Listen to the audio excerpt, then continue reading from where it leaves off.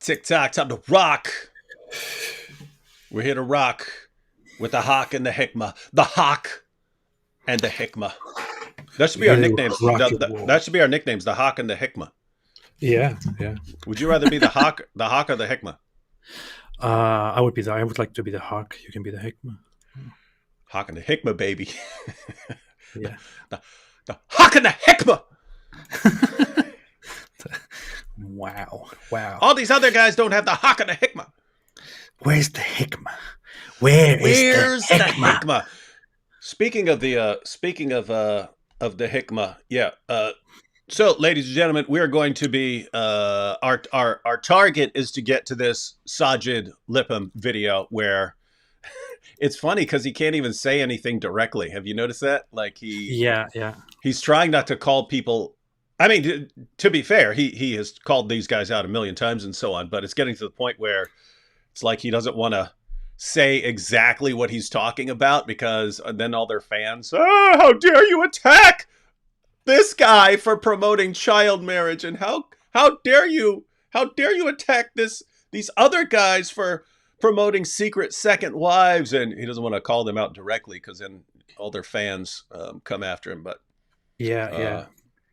so He's putting on this whole thing, this whole reasonable guy, and people are doing a lot of crazy things, and I'm reasonable, and I want to just say the good stuff that needs to be said without directly attacking anybody. He puts on that whole persona and then preaches to his audience. yeah, so AP, I mean, apart from the infamous holes in the narrative interview, what was that, like 2 years ago or something like that, 2.5 years ago, something like that? I guess.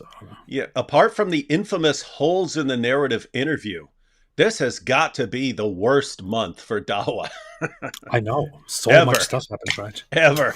It's all back to back, man. So what do we have? We have so many things that happened. So we have the whole child marriage thing of Daniel Kikachu with his crazy things about having sex with a 5-year-old or 4-year-old or 3-year-old girl. Then we have, I don't know, Mohammed Hijab and Ali Dawa talking about secret wives, the infighting again. I don't Yeah, know. this is these are rough times, man. Rough times to be a dai. Oh yeah, and Dawa is just amazing. the the the the crying sheikhs, the crying sheikhs weeping over people writing Muhammad's name on their private parts and so on. Like these guys openly sobbing and crying over everything that's going, and calling for the massacre of entire city populations to Yeah. stop the blasphemy against Muhammad, the epidemic surge of people writing Muhammad's name and writing the Shahada on their penises and breasts, and who I don't know what they're these guys are the experts. We should burn entire cities down to stop people from writing the name of the Prophet Muhammad on their private parts. Wow, man. So these are rough times, man, and Terrible enough times. it's funny because they started off the year thinking they had a slam dunk with like Andrew Tate and so on. Oh, we got Andrew Tate and he's our hero. Now things are going to turn around because we got Andrew Tate, the Yeah. webcam pimp. He's praising us. Oh, and don't forget Sneeko now. Now they've got Sneeko. So there's like Oh boy. Yeah. it's like if you named the people at the absolute bottom of the barrel, the last people on earth we would want representing our position, it would be like whether you're Christian or atheist or whatever, the last people on earth you would want to be the champions of your position would probably be Andrew Tate and Sneeko. Yeah, lots of people may not know who Sneeko is, but I he's a didn't. streamer. He's a streamer. I only also became aware of him because of the whole Islam drama. He initially said something offensive about Islam, and Muslims became outraged and started like insulting and threatening him and unsubscribing and things like that. And then he had an interaction with the Muslims and was like, "No, I didn't mean to be offensive. I take that back and all that." And then later, after Andrew Tate converted to Islam, he suddenly became interested in Islam, and now he converted to Islam. But the issue is, the guy is just he is very, very embarrassingly cringeworthy and not very smart. He's not known for being smart. He's known for his sensationalist, stupid, funny attitude. And he recently became a neo-Nazi as well, and started, befriending the neo-Nazis like Nick Fuentes and others, and making up theories about how the Jews are in control of all the stuff that is going on in the Oh, world right now. that's why he went to Islam. Yeah, and then that of course combines very well with Islam. Of course, Muslims like his stuff immediately once he starts bashing Jews, and once he starts bashing every single problem in the world, blaming every single one problem in the world on Jews, and he came closer to Islam, and eventually he said, "I am now a Muslim." There's also one funny thing to add, though. He was recently on a stream together with Destiny, who we also recently became familiar with because of his cartoons about about Islam. Sneeko brought up something about Islam, and Destiny said, "Sneeko, I want to ask you one thing. What is your favorite? Can you tell me one favorite verse of yours from the Quran?" And he was like, "Yeah." I said, "Okay, go ahead." And Sneeko is quiet and goes, "No." and, and that's the moment. He has no idea. He doesn't even know a single thing about the Quran, but he's there talking about how the Quran is amazing and all that. It's just, I don't know. It's crazy. Hey, check out the comments here from our friend Nawaf. Yo, Oh, is that how a is Muslim? yeah, no, no, no, how is Reed, and is Reed enjoying his 15th birthday? So of course he knows my son just died, and this is the Yeah. response we get. And notice how this is interesting, because these are the same guys who whine and moan and wail when people write Muhammad's name on their private parts, right? Like this is how guys act, and then they get shocked. They get shocked when someone does something. See? Here. This is, I credit Nawaf for this action here. Nawaf, well done. Wonderful. This is what you get. This is what you get. Yep. So, welcome to this is actually a good summary of the situation in Dawa. It's like 14 centuries of violence, then it gets stopped, then it finally gets stopped, and then it's we'll insult everyone into being quiet. We'll insult everyone into being quiet about Muhammad, and they just don't get it. So we are going to. Our goal is to get to Sajid's video, but I did want to recap some of the recent events because Sajid is responding. Sajid is reacting to all of the embarrassing stuff that's been going on for the past month, and he wants to do something about it. And just I really think there's nothing he can do about it. I think he's actually stuck. So where should we actually begin here? How about the Daniel and IP clip? Oh boy, yeah. All right, so good. ladies and gentlemen, there's an entire debate. You definitely want to watch it, but there's this clip of Inspiring Philosophy asking Daniel specifically about, how young can a girl be? And Daniel's responding. So let's go ahead and check this out. Because if you can start fertilizing a female as soon as she's showing signs of an imminent fertility, the period, menarche, then that will maximize, because you secured the female right at the beginning, the start of when she will potentially. But you can still have sex before you start pure. maximizing fertility, right? When the body is physically Okay. mature, according to Islamic law. Do you know what precocious puberty is? Yes, I do. Okay. Do you know what precocious puberty is? Do I? he goes, yes, I do. I noticed that he made it. He's like, oh yes, I do. Like, he's very proud of it. Yeah. Precocious puberty is my life. What's wrong with these dudes, man? I find the language here already very disturbing. I don't know. He starts with this is the way he always talks about girls and women. It's like fertilizing the female, securing the female. This is just the whole thing. The whole time he doesn't even talk about them as as women. There is no such value of actually a human equal human interaction. Of course, there is no equality in his eyes. I know, but I don't know. It's kind of disturbing, and he That's all his thing is always about. The females, as soon as they are ready, should be secured by the man so that they can be made ready to fertilize and increase the population and make sure that Muslims become strong and, large and all that. Wow. So, they're doing the whole precocious puberty, maximizing fertility discussion here. Let's see where Daniel's gonna go. It means starting puberty unusually early, like Can beyond you have, averages. Is there anything in Islam that prevents you from, a man marrying a 5-year-old that started precocious puberty? No, marriage can happen, you can arrange a marriage even as an infant, but that doesn't mean that sex is allowed. But could a man have a marriage to a 5-year-old consummated if she started precocious puberty? If she starts showing signs of physical maturity, then yes, that's permissible, as I stated. That's What about the age principle. 4? If there are signs 3.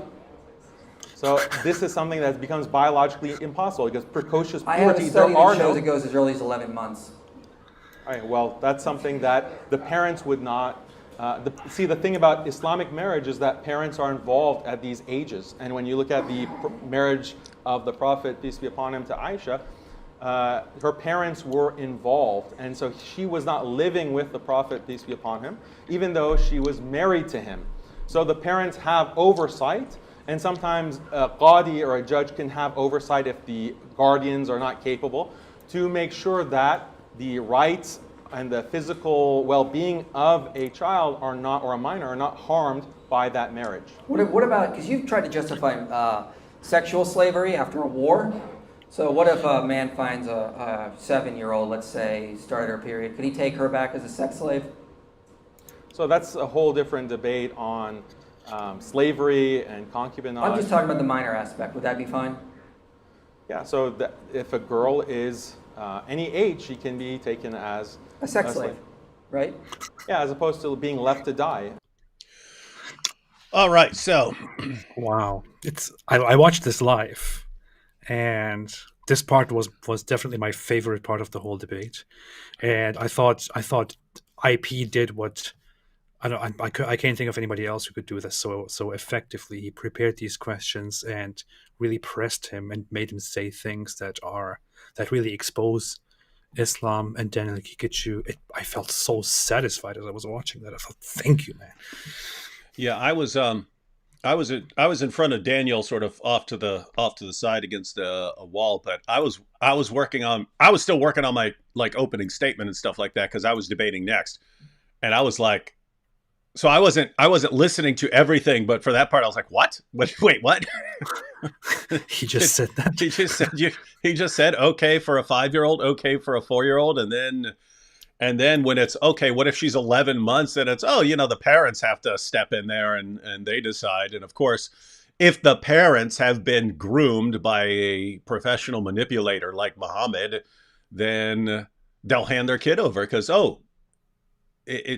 You see, my child has reached puberty at the age of 11 months. This is a sign from Allah that I need to hand over this man. Otherwise, my precocious child might go into the closet and masturbate.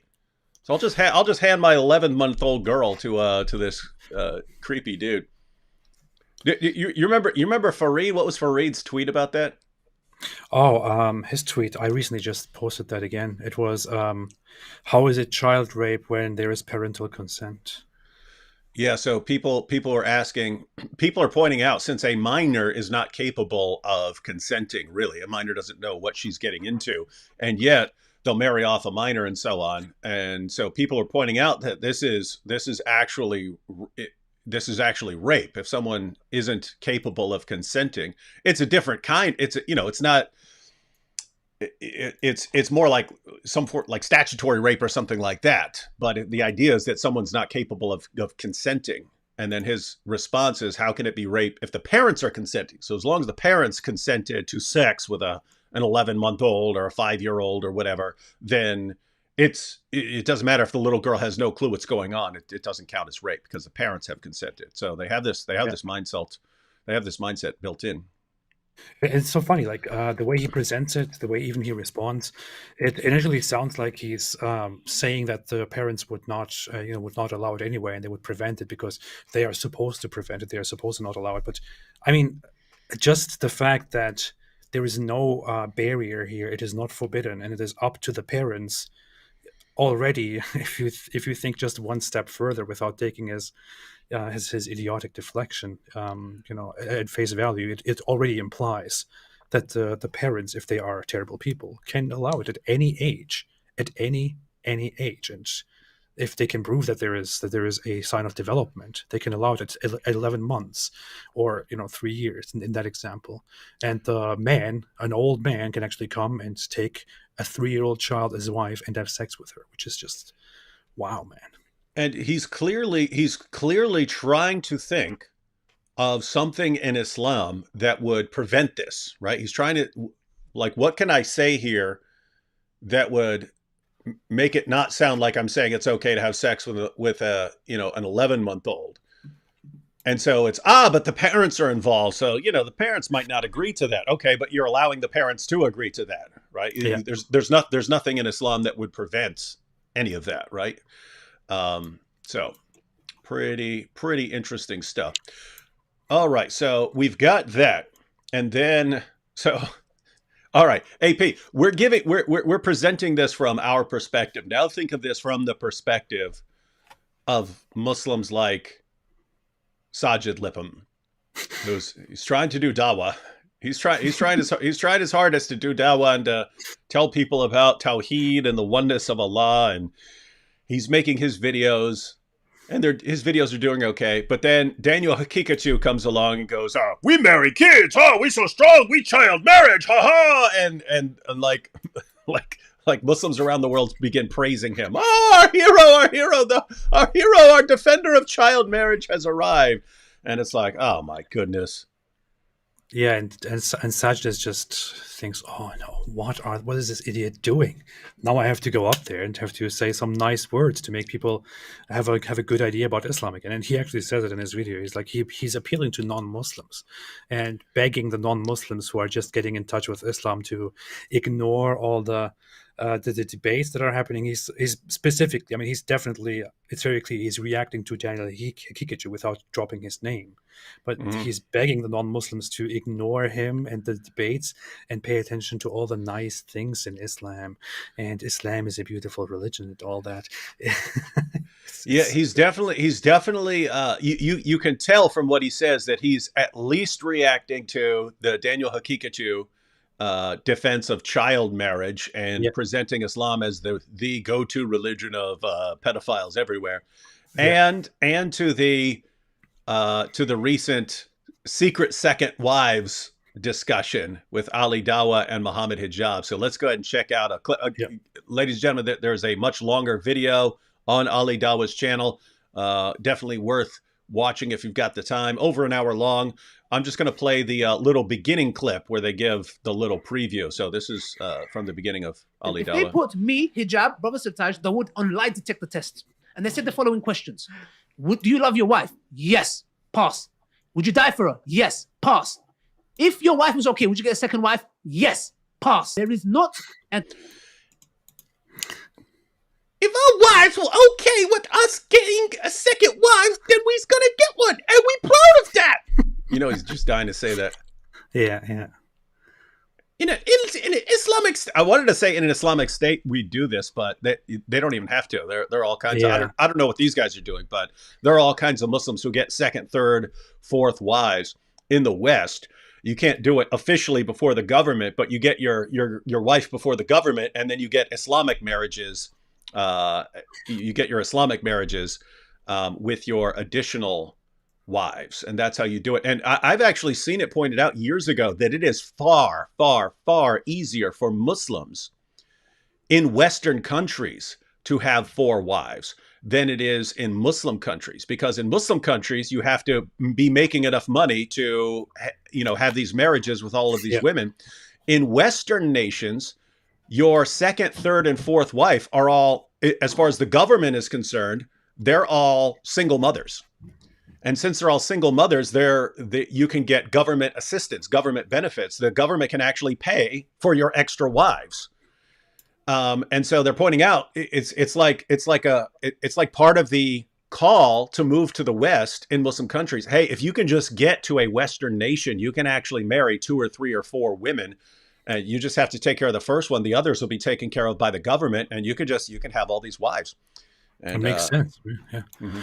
I actually knew a man who was quite old who did have 2 wives, and one of them was his official wife, one of them was his unofficial wife, and he actually did that very thing. He when he married his official wife, he didn't tell her that he already had an unofficial wife through an Islamic marriage, and she found that out later after the marriage, and she said, I would have never accepted it if I knew it beforehand, but later I just became used to it, is what she said. She was those were family friends, but people do that, and that guy was in Germany, at that time. People do that in the West. Yeah, I know a Muslim in Michigan who had multiple wives, and fortunately it was amazing. We're actually talking to the woman who was going to become his second wife. Her parents asked us to talk to both of them, right? So this was me and Sam Shamoon back in the day. We're sitting there with the man and the woman. He's going through all of his arguments for Islam that he was using to convince her to convert to Islam so that she could come on as his second wife. And we, of course, we completely ripped the arguments to shreds, but she still thought it was a good idea. So went ahead and married him anyway. And then it was several years later when I got a message from her mom saying, she finally left Islam and she took her kid. She took her kid Nice. with her. So yeah, right. They do catch on, but I've heard that story over and over and over again about women who are brought in, they convert, become the second wife or the secret second wife, and then eventually find their way out of Islam. But and what's funny is the governments are also trying to a little bit crack down on this and trying to, through regulations, through checks, make sure that there is nothing fishy going on, and that these people are not exploiting certain welfare rights that are given to them by the state, and that is then perceived by the Muslims who engage in polygamy as persecution. These kuffar nations are persecuting us because we are Muslims and they don't like the way we live and stuff like that. Yeah. All right, let's get a little more conflict between a man loving his wife and a man wanting to be polygamous. I agree. Because I get the polygamous part. I get the whole wanting to have more intimacy with more than one woman. But if you can ask the question more accurately, that take on another wife and all the responsibilities that come with another wife, how many men will agree to that? For example, if one says, I sense that you've got a second wife, can he say, no, I don't? Yes, you can. You can say that. You can say that. Yes, I personally believe this is. If we sit down and we talk about it. So that was Ali Dawa asking Muhammad Hijab if it's and they go into a little more detail, but he asks him, can a man just lie to his wife? And yes, that's allowed in the hadith, and Muhammad was like that with his wives. As it was clear, he was trying to deceive his wives about marry the Copt. And then, of course, he swore an oath saying that he would stop having sex with his slave girl, and then broke that oath. And so this is the guy who says it's okay to lie to your wives in order to make them happy. And so, okay, if you know it's gonna upset your wife to have a second, third, or fourth wife, just lie to them. You're lying to make them happy so that they think they're the only ones for you. That makes sense. Yeah, makes sense. Totally. Yep. So that is right. And I take my selfish needs out of it, i.e., me wanting him all to myself. I need to understand. Yeah, stop being greedy. So I need to sit down and I need to really think about how this is going to affect. Stop being selfish. It Yeah. could lead him- Yeah. Think about how this affects him. You wanting him to be monogamous and not have 4 wives and an unlimited number of sex slaves. Think about how this affects him. Man. Yeah. Poor guy. What's he gonna do? Oh man. You see how these girls are, man? I know, terrible. terrible. See, They never this think why about the feelings of this men. why you got to get them when they're 5, so that they don't, so that they're not able to form these thoughts on their own. And this is why you have to keep them away from any sort of education, like they do in Afghanistan now. Yeah. To Which doing then good. because finds very funny. She always gave me the sort of the feeling that I could be open with her. I told her at one point that, look, babe, that's the sister. Is that you? Yeah. I'm possibly one of. Look, the guys are loving it, right? This guy's talking about, hey, I felt comfortable around my wife. I felt comfortable enough bringing it up, and hey, there's this other woman I want to marry, and the guys are, yeah, woohoo, yeah, tell her, yeah, don't let her give you no lip. Talking about It's so secrets. pathetic. When you search online, when you search on YouTube just for second wife or Muslim's second wife or something like that, you will find a bunch of videos, including from Ali DAWAH, from other Muslim apologists, from known ones, that say stuff like why we should be having more wives, why men should be allowed, and you just see these bunch of men saying, complaining about how they're not allowed to do it, or how the women do not understand them, and it's just, I saw it early and I thought, this looks so pathetic. It looks so pathetic. It looks like a bunch of big babies, a bunch of big kids who are, crying because they want the new PlayStation, and they are complaining because their parents are not getting them the new. Yeah, PlayStation. they're like little kids, like throwing themselves on the floor in the checkout aisle of Walmart because mom wouldn't buy them any Skittles. I want my Skittles. I want my Skittles. Get up off the floor. No, I want my second wife. I want my second wife. Ah! Precisely. It's so pathetic. Tough guys, tough bros. ES1002 said they may have just made 4 ex-Muslim women. Yeah, no, it won't happen instantly, but yeah, I'm sure a lot of these women, and especially the young women who are watching, are going to be thinking, "Whoa." I've heard from people, I've heard from critics of Islam that this is a thing, but now we've got the champions of DAWAH openly proclaiming it and sort of demanding it. The funny thing is that also the message of this whole show that they are doing here, Ali DAWAH is advertising, this is his own show, he is advertising this as countering the current Western trends and trying to preserve the nuclear family and Islamic family and bringing back Islamic values. So this whole thing here is meant to normalize all of these things that they are talking about and to introduce them to brainwashed, misled Muslims who are under Western influence, and also to openly and plainly say these things to others. I think they're doing a very great job there and exposing more and more people to how messed up this is, because people I think if we let them talk about these things openly, I think more people will dislike Islam than be like, oh, this makes sense. I'm going to join them and participate in their amazing new lifestyle. So yeah, and it's really a combination of factors, which is making them like this. And this is true for Ali DAWAH and hijab, as well as Daniel Hakikachu, Sheikh Uthman. They're all in the same camp, namely that as you get a number of followers who cheer you no matter what you do, like you can lie to people, your followers don't care as long as you're lying for the good of Islam. You can say horrible things, you can make things up. The followers just do not care. Once you as the da'i, so once you as Muhammad Hijab or Ali DAWAH or Hakikachu or Sheikh Uthman, once you've absorbed that and you've been conditioned to finally realize, wait a minute, I can say whatever I want, these guys are going to cheer me on. It just starts freeing you up to, now just anything that pops into your head, this is a great idea, because they're going to cheer for it anyway. So, I think it'd be a great idea to defend child marriage. And what do your followers do? They cheer for you. Oh, I think it's great to tell women that we want to have secret second wives and so on. Well, guess what? Your followers are a bunch of horny young men And so, of course, they're going to cheer for you. Sheikh Uthman, I got stabbed. I got stabbed by the infidels. Where are David Wood and the apostate prophet who led their criticisms led to this catch up on me, right? It's and notice to this day, I mean, he's been completely exposed as a total fraud. I mean, this is the Jussie Smollett of Islam. Find one of his followers who cares even slightly. They do not care. As long as you are doing that for Islam, for your work, you're golden with us. And so they absorb this idea, and then they end up doing stuff like this.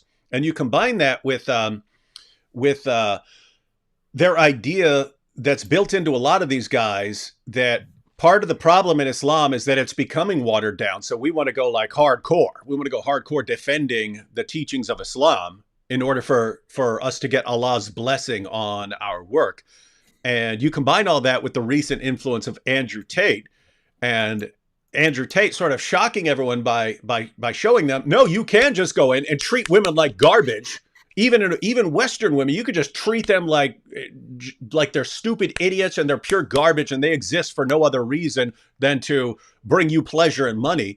You can tell them that to their faces, and there are those who will accept it. And so these guys have absorbed that idea. Now it's just rolling. It's rolled up into a ball right now, and we're getting this stuff. And this is fun stuff. Brilliant stuff. Alhamdulillah. Let's go and see a little more. Second wife. If my husband has gone behind my back, that to me is cheating, even if it is Islamically correct. Feminist sisters who love their sisters, who will die for their sisters, will take a bullet for their sisters, but will not share their husbands for their sisters. So the point is this, let me be real, yeah? If you got a good husband, by the way, I'm not talking about these guys who don't pray, jahil clowns, yeah? Who don't pray, who oppress their wives. A good man who practices, who fears Allah, who's good to his wife, takes care of his wife. He comes and he says, I want a second wife. All hell breaks loose. And then we blame this man. Yeah, but why are you keeping it secret? What else should he do? Poor guy. Yeah, poor guy. So what an argument! Imagine you could turn the same. Okay, go ahead. Sorry.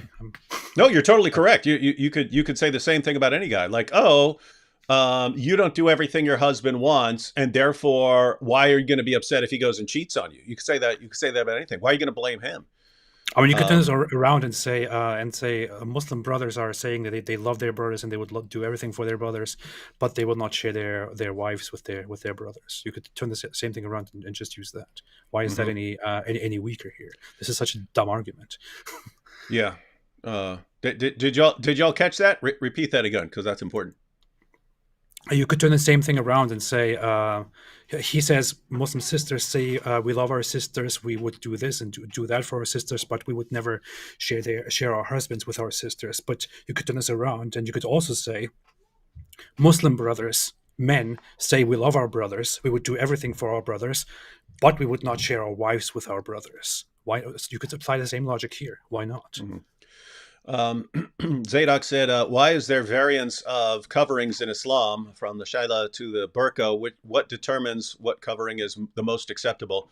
Well, you have, so in the Quran, you have some they're not very clear verses. It's like covering up your ornaments and so on. But notice that's not clear on exactly how to what extent you have to cover up. And so you have to go to other Muslim sources, and there are Muslims who disagree on sources.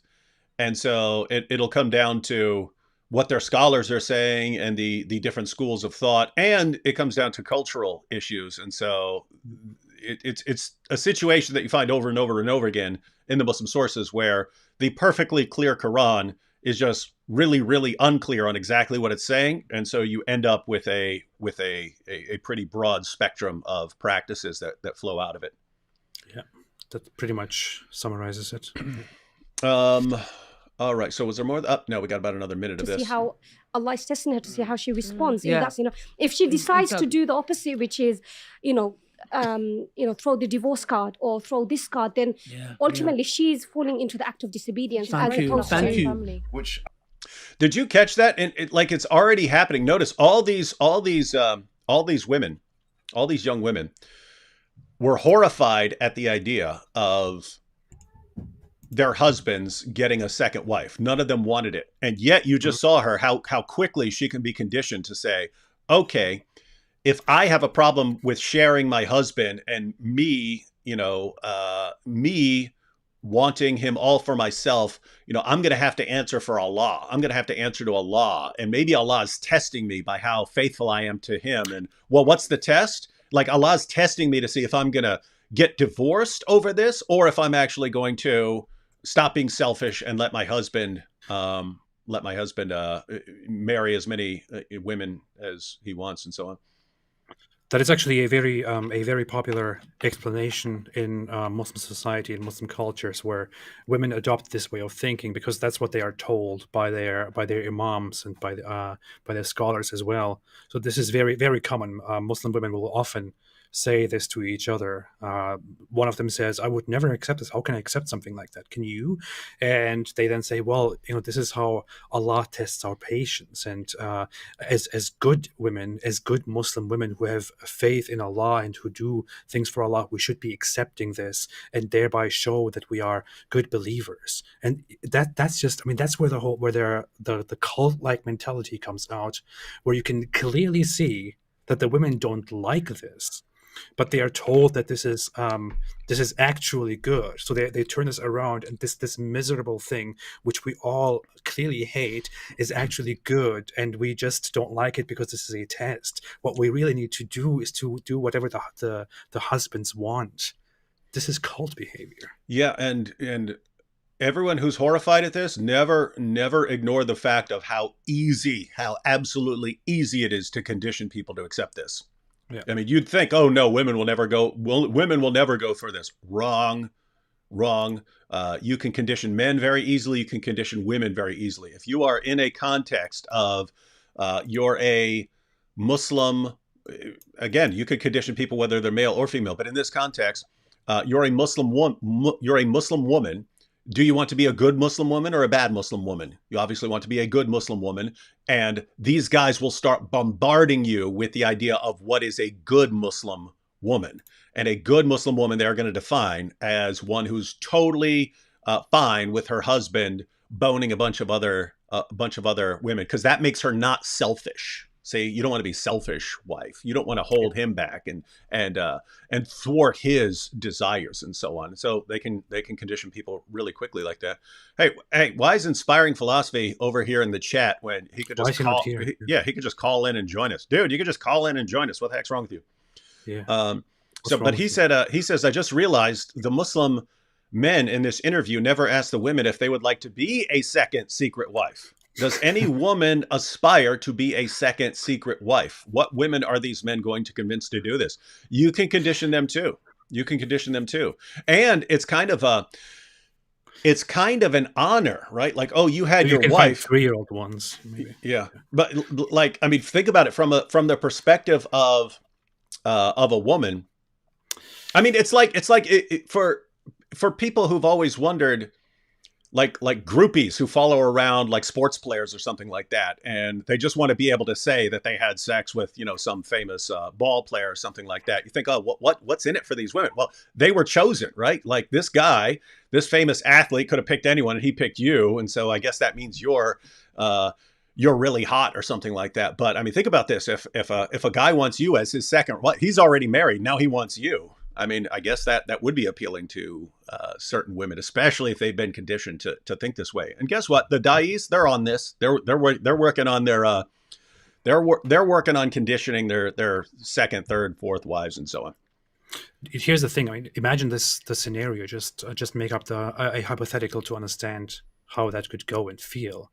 The man sits down as a religious Muslim man and carelessly breaks the news to his wife and says, "Hey, I want another wife, and I have already laid my eyes on one. I want to marry that one." Or he says, "Hey, I already have a second wife, which you don't know about, and this is fine. I finally want to tell you about this." Now, if she becomes emotional and says, "How dare you? I will not accept this," the man responds with, "Are you saying you go against what Allah and Muhammad have ordained? Are you saying you disagree with Allah and His Messenger? Are you saying you're going against the Quran? Are you sure you're even a Muslim anymore?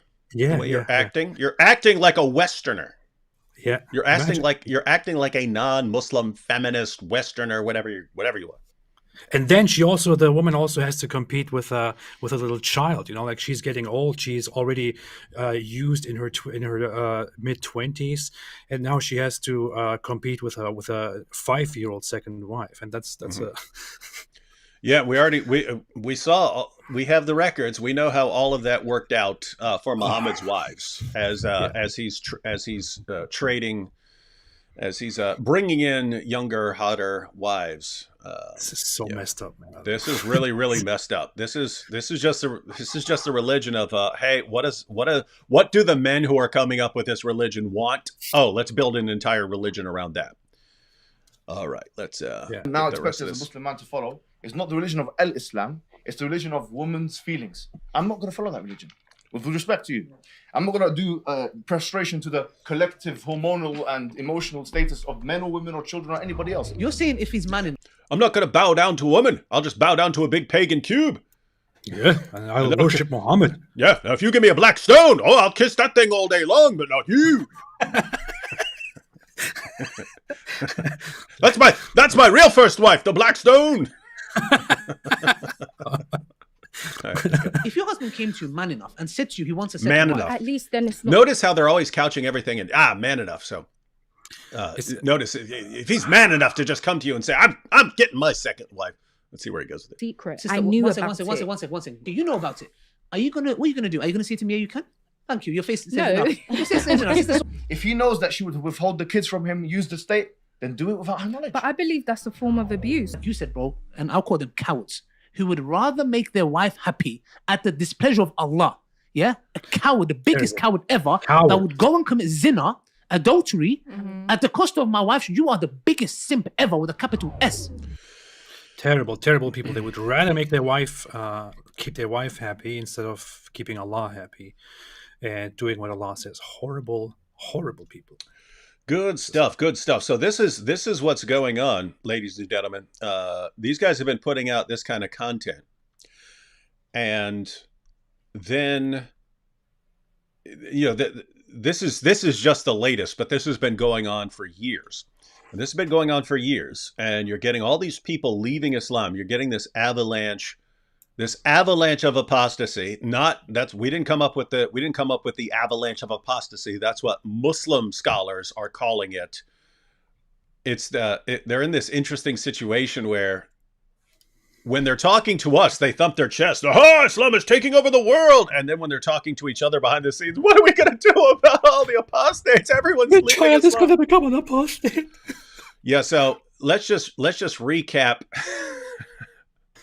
This is the video Hatun made, but we'll watch a clip of 1 minute, David. I have a thought about that thing that we just watched. I also actually talked about that earlier on Twitter, but there is a funny thing there. They keep pushing this whole issue during that show about polygamy, and say every man is naturally polygamous, and every man who will come here will, admit if he is pushed and if he is put to a lie detector that he is polygamous, that he would rather marry multiple wives if the wife allows it. But women are not like that. So they keep pushing this whole idea, keep telling the women, you guys, you are, women, you are all satisfied with one man, but we just want all the women available out there. I really, I find it so funny. The show is called The Bitter Truth, right? Mm-hmm. I think in order to honor the name of the show, what they should be really doing is to ask the wives directly and say, be honest, please. Be honest. Do you, as a woman, also have desires for other men? Mm-hmm. Since this is called The Bitter Truth Show, please go ahead and admit this. There is no blame. Of course, I don't think this should happen because the women will probably end up dead or something like that. Yeah. It would be funny if they asked that. If Ali Dawah was like, so listen, you women, when you see big strong Muhammad Hijab tear his shirt off in front of the embassy and he's shaking it in front of everybody, be honest now, be honest, how many of you are proud of that? and like all the ladies' hands go up, and it's like their husbands are like, oh no, what are we gonna do, right? And that's the problem with this. Notice, I mean, they're basing a lot of their reasoning on, sort of on average, men would tend to want more sexual partners than women, but I mean, there's a spectrum. There are guys who. I mean, there's a spectrum. There are people who aren't attracted to anyone. They don't want any sort of sexual partner. That's one extreme end. But you do have guys who want to be committed to one person. You do have women who want to have a bunch of sexual partners. So it's very weird to just say we're going to take like the average, the average of all this. Well, what about the desires of a woman who wants 4 different men? Rotate on a rotating schedule. What about her desire? Should her husband? No, that's not allowed. Why? Because the women didn't invent the religion. Yeah. Women didn't invent your religion. Yeah. This whole idea that this is men are like this and women are like this. That's a myth. It's an old traditional idea which people told themselves, and because that's how they drove their societies further. But this is a myth. It's not based on any actual. Yeah, like it's a parallel. You could say, hey, on average, men are stronger than women. Right? On average, men are stronger than women, but there are women who would kick the crap out of a lot of men. There are men who are weak and frail, and there are women who would kick the crap out of them, and so on. So it's like, yeah, it's hey, let's base our claims about what marriage should be and so on based on a kind of averaging of things and just ignoring the outliers. And I don't know. Anyway. Weird situation. But this is DAWAH. This is DAWAH.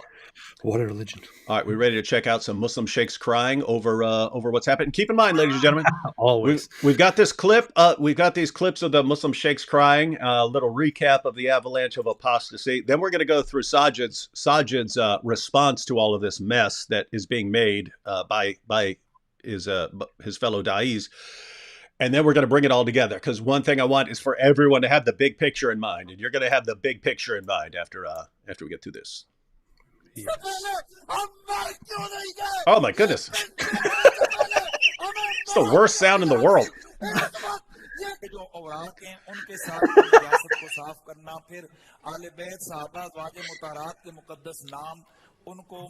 Oh man, are people doing that, AP? Defecating on the Quran? I don't know.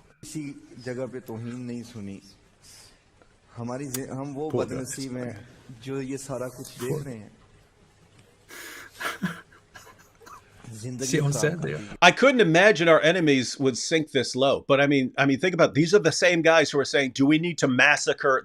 Their words. They said, "Do we need to massacre entire cities of people to stop this?" Yeah, I can't believe people can be so shameless to write Muhammad on their penises and to defecate on paper. What should we do? Should we burn the cities down and massacre them all? What should we do? Yeah, I mean, think about this. Their da'is are going around. We're gonna have our secret second wives. Ha ha! So you either need to be okay with it, or we'll have our secret second wives.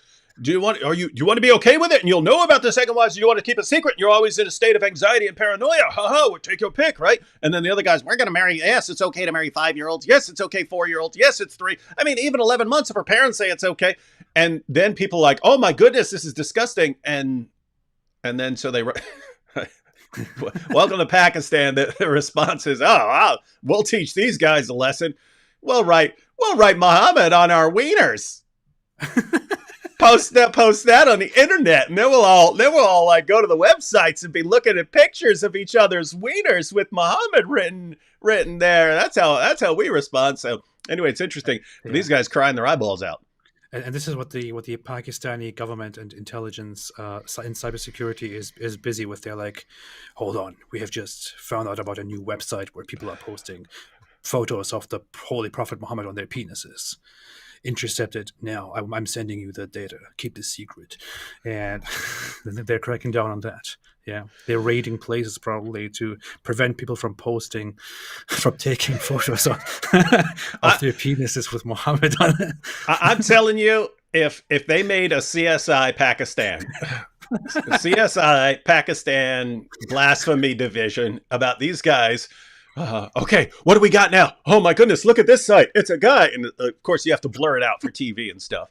But then them like jumping on the case and having a go and like scanning rooms with all their advanced equipment and so on to figure out who perpetrated this dastardly deed. I would watch that every single week.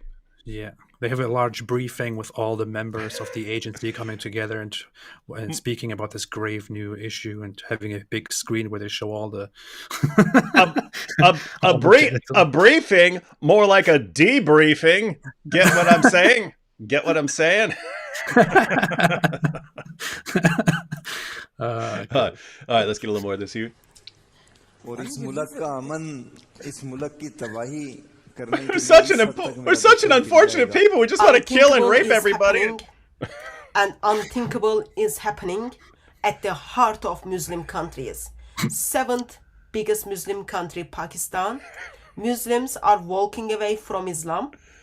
Muslims are critiquing Islam after they walk away from Islam, shaking the Muslim majority countries. Researchers show that over 100,000 Muslims leave Islam every single year. Our youth are full of doubts. 24% of Muslim youth are leaving Islam. 23% of Muslims, American-born Muslims. 23%. You get the varying, and keep in mind, guys, this is several years ago that they were saying 23%, 24%. I think Zakir Naik said 25% of young Muslims leaving Islam. And guys, that's not where it's stopped. That it's in the process of accelerating, and that's where they were at a few years ago. This is only the beginning. Some are leaving Islam, yet they are still leading the prayers out of fear. What is going to happen to them? What is going to happen to their family? They are pretending to be Muslim while they are not. Yes, unthinkable is happening at the heart of Muslim countries. That is unthinkable. So that's and keep in mind, we know about that stuff from Muslims who posted these clips of their discussion saying, you know, hey, there are all these Muslims. They're in Muslim schools. They're leading prayers. Some of them have memorized the Quran and they're leaving Islam. And what do we do about this? Yeah, we do like this this lineup idea that could be a good part of the show. Where okay, we've got this picture of you. We're not sure which one of you this is. So we're going to need everyone to line up against the wall here. Drop your pants. That's a good idea. CSI Blasphemy Squad, get in here. Yeah. I can't believe you just listened to that strong Turkish accent. Why are you so racist against Turkish people, man? I'm just being. I just saw Black Angel's comment that said "racist comment by AP" in 3, 2, 1. That's why I said. Well, he's here to oblige. All right, so that sort of brings everyone up to date on some of the big recent events we've been discussing. Are we ready to get into Sajid's video?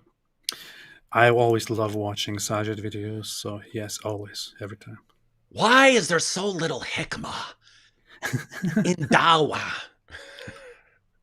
All right, let's check out. Bismillah, alhamdulillah, wa salatu wa salam ala rasulillah. Assalamu alaikum. Hey, look at him trying to be like me. And welcome all viewers. Today, I'd like to make a public service announcement to the non-Muslims who may have been given a false impression of Islam. I actually come from a non-Muslim background. Guys, what an introduction, man. Think about what he's saying. I'm trying to talk to the non-Muslims here who are watching what's going on in our community. Please don't watch. Please don't watch what's going on because this is not. I'm imagining begging you. I'm imagining him just see all the stuff that is happening, the Daniel Kikachu debate, the Ali Dawa and Mohammed Tijab and TV with a serious attitude. Is like, then he sits down and requests, guys, please forget everything that you have just seen. Ignore those guys. Please focus on the good things. Those people do not represent us. This man doesn't that suck? It's difficult. And like, I mean, he must know it, right? Like he sees Daniel advertising his upcoming debate with Inspiring Philosophy. He has to be like, oh my goodness, this is going to be a horrible. No, I have to clean this mess up. I have to clean this up. So here's his effort to clean this mess up. Non-Muslim family members. I live in America. I'm surrounded by non-Muslims all the time. And I've made it a goal, a priority in my life to call to Islam, to teach people about Islam. And one thing that has unfortunately been the case since before I even became Muslim is that people keep letting the cat out of the bag. One of the things that's happening is people keep telling everyone what Islam really teaches. It's all the stuff we're trying to keep secret, and they just keep blurting it out. Well, is the fact that Islam, it's constantly being misrepresented. By who? By your DAWAH guys? Yeah. Used to be primarily from what we would call the mainstream media, whether it be the news on television or in newspapers. But now, given the direction that society has gone, a lot of it now is on social media. And now from what I've seen nowadays, yeah, now it's the Muslims themselves, unfortunately. Yeah. So here's how it goes. The media never I don't know why Muslims complain about the media. I mean, who has supported and defended Islam more than the media over the years? I mean, every single freaking terrorist attack, we had to be bombarded with Islamic preaching. Did you? But this has nothing to do with Islam, because as everyone knows, if anyone killed a man, it's as if he's killed all mankind. No compulsion in religion. That's what Islam teaches. Anyone want to convert? That's what the media did for 2 decades, had their back. What you could say is, critics of Islam started pointing out all these problems and so on. But notice, it's everything, we pointed this out before, everything critics were saying in 2007, 2008, 2009, and we were being called liars for saying, now the da'is are openly proclaiming it, saying, yes, that's exactly what Islam teaches. So wait, all the stuff that you said we were lying about 15 years ago, now you're shouting from the rooftops. This is amazing stuff. Yeah. It's basically, if they say it, it's okay. If we say the exact same thing, we're lying. What a religion. Yeah, we were lying because it was us saying it. That makes sense. It makes complete sense. All right. A major way that Muslims and non-Muslims interact is through debates, through online arguments and spectacles. And I think that this has unfortunately led to a misrepresentation to many non-Muslims regarding what Islam is truly about. Now, it can be difficult to make videos such as this, because if a Muslim is going to come out and they're going to be critical of certain factions of their own community, then such factions being criticized will call them opportunistic, backstabbing agents. But at the same time, if you don't clarify it, then Islam is misrepresented not only to non-Muslims, but to the Muslim audience. That's an important point. He's pointing out that he's in a really tough spot, because no matter what he does, he's in trouble. So this is a dilemma. Do I respond to these guys or not? If I don't respond to these guys, then these guys are growing more and more popular. They're running around defending child marriage, turning Islam. Now, I would assume Sajid knows that this is the religion of child marriage. He just understands you don't want to be the public face of pedophilia and be defending your religion. So he understands that it's bad. And therefore, since it's bad for the Muslim community, keep your mouth shut about this stuff. So if he doesn't speak up, these guys are going to keep making Islam look worse and worse by emphasizing all of the things that horrify people about Islam. So if he just lets things go, guess what? Ali Dawah, Muhammad Hijab, Sheikh Uthman, Daniel Hakikachu, these guys are all just getting more and more popular and making Islam look more evil and much stupider than people like Sajid think it is. And so what do? Do you respond? If you respond, all their fans attack you and saying, you're just jealous, you're causing division in the ummah and so on, you're a bad Muslim. And so if you respond, you're bad, and then you have to deal with all this stuff. And if you don't respond, well, what do? You just have to sit back and watch as they destroy your ability to do dawah, because you're going to get to the point where you go, hey, everyone convert to Islam. They're like, what? The religion of child marriage? Get out of here, man, you sicko. Right? Yeah. And he's specifically saying that people refer to him, if he speaks out, as a backstabbing agent, and he's not just making that up on the spot. It's actually Muhammad Hijab and Ali Dawah have referred to him as a backstabber because he came out criticizing Ali Dawah's behavior and performance when he was that the attempted grapes to have a debate with me, with the grapes and stuff. And then he also criticized Mohammed Hijab, and they called him a backstabber. And Daniel Hakikachu recently accused him of being a secret agent for the West to corrupt Islam or something like that, because he told him to calm down and stop causing unrest among Muslims and stuff like that. So he's directly or indirectly responding to these things that are actually happening to him right now. Good Clan said, "Hey David Wood, you are the best all-time debaters to Islam." No, there are debaters who would run circles around me. You see, I like that part, and convert lots of Muslims into Christianity, or at least not living in Islam anymore. And of course, AP, I watch your videos too. Oh, thank you. I didn't know anyone watched the videos. Yeah. I didn't know AP still made videos. I didn't know. Yeah. All right, let's get a little more Sajid here. You notice, like, we obviously disagree with Sajid, but he's got way more common sense than I'm serious. I like the guy. I like the guy. I actually genuinely like this guy. I think he's trying to be at least honest. I also apologize because in the past I once accused him of lying because he responded to me with things about the gospel, and I thought this is just he must be lying, but he was just he was being desperate or maybe lying to himself. But I think he tries to be as honest and as reasonable as possible, and he is also against all of these shenanigans that these other Muslim apologists are constantly engaging in. He has an interesting personality. I don't know. I like the guy. Unfortunately, he blocked me once I contacted him and asked him if he wants to have a conversation with me. And it is a horrible position to be in, right? Like he's got the task of trying to clean up all these messes that these guys are making on a daily basis. I mean, on the daily basis, all these Dawah guys are like making Islam into a laughing stock, and they're doing it for their followers because their fans love it. Whereas he's looking at it not from a Dawah fan perspective, but how does this look to non-Muslims? This does not look good. It does not look good if we are now the official religion of child marriage. Of the official religion of marrying 5-year-olds and 4-year-olds and 3-year-olds and so on. We don't want to be that. But all the Hakikachu fanboys are, alhamdulillah, our great hero. He's defended child marriage, and he's like, oh my goodness, man. Here's the thing. I want to add one little warning or disclaimer.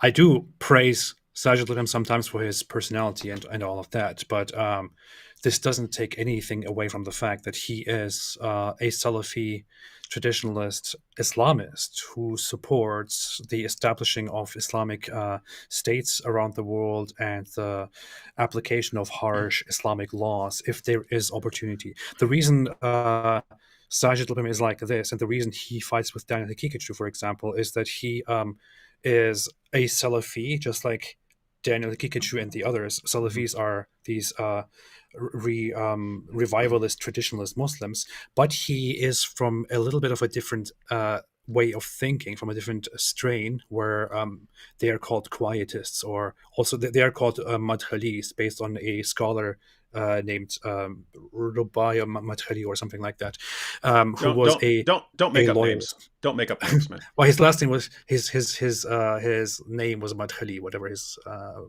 first names are. I don't care. But so that guy was in support of being a loyalist supporter of whatever Muslim governments are in existence, without publicly criticizing them.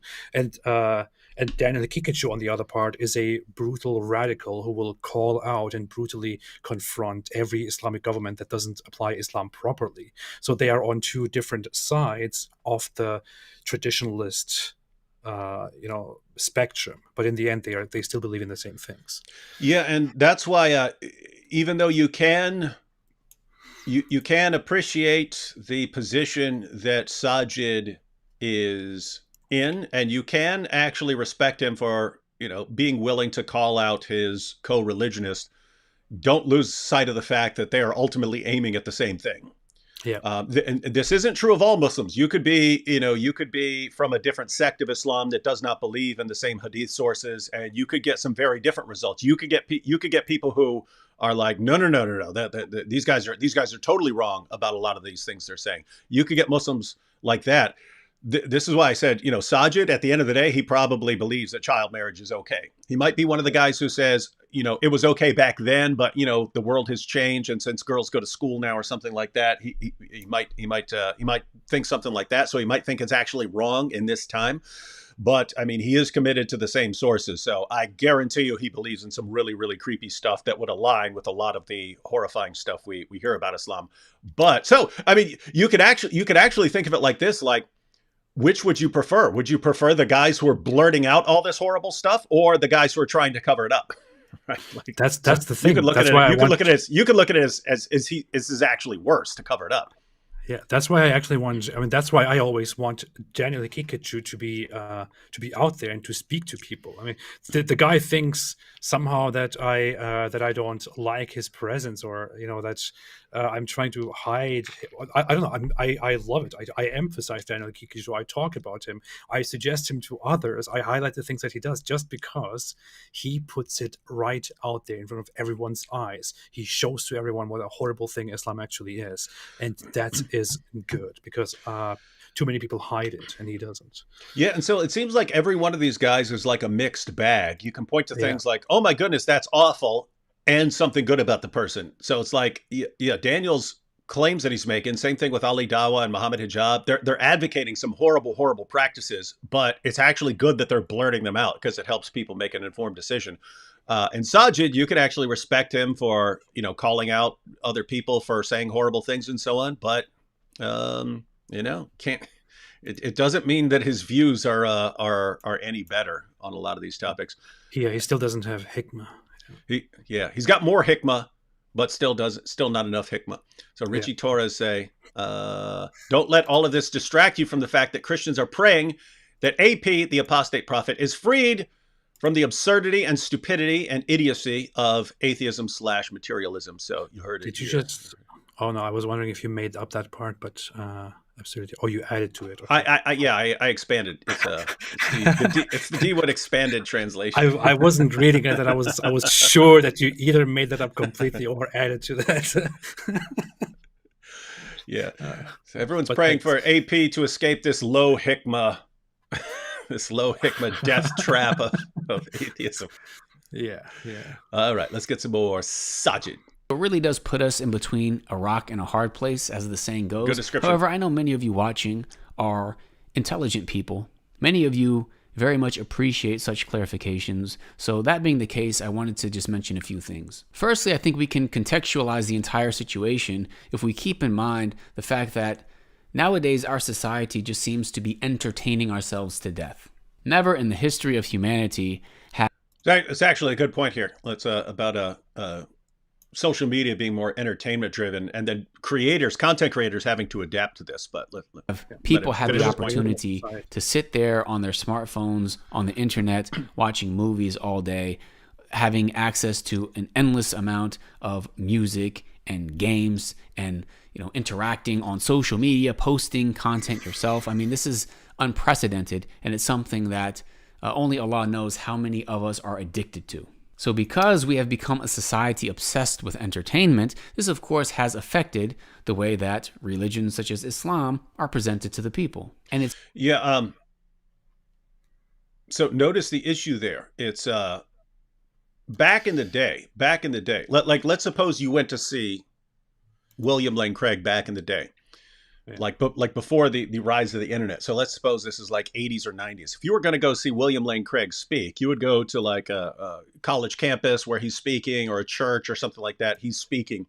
You go in there, you sit down, you're at this, let's say, hour-long lecture or something like that. You're kind of committed already. There's nothing else that once you sat down, you can get up and leave, but other than that, you're kind of committed. You're kind of locked into your position. Now, when everyone carries around devices, you have to keep people entertained, or you're literally a click. They're literally a click away from watching something else, right? So now you would watch. You don't need to go somewhere to watch, let's say, William Lane Craig or something like that. Now you just, if you want to watch something, you click on it on social media, and if you lose people's attention for 5 seconds, there's all this other stuff right on the side to click on that's saying, "Hey, come click here, come click here." And what that means is, instead of just presenting information, you have to also be entertaining people, because otherwise they'll click on something that's also entertaining in addition to being informative. And what this means is that everyone, content creators, have to be shaping their content with these things in mind to be entertaining as well. But notice, what do people click on? If you're talking about child marriage and so on, and hey, we're having the big child marriage debate, or hey, we're talking about secret second wife, well, who's not going to click on that? And so it's actually encouraging these guys to talk about all of these things, because that's getting them the clicks. And they're not clicking on just, hey, here's my defense of Tawheed or something like that. Yeah. But so people would rather click on that. But here's the thing: I want to give Sajid a bit of an idea of something that he could. If I was in his place, like for example, he puts a headline, a title named "How to Have More Hikmah," and people don't care. People don't click. They would rather click on, "Is it okay to have secret second wives?" Everybody wants to know more about this because people are, dying to have a second wife. So he could come up with new ideas. He could adopt stuff that people like from pop culture. And you could, for example, turn the Hikmah title into something like "Hikmah Baby One More Time," or that was terrible. I know, that was the worst thing I've ever heard in my entire life. That was the worst joke I've ever. I was laughing just because you had. I was laughing just because you had the nerve to say something that dumb. I know. I'm just realizing how horrible that was, and I want to end my stream, not my life.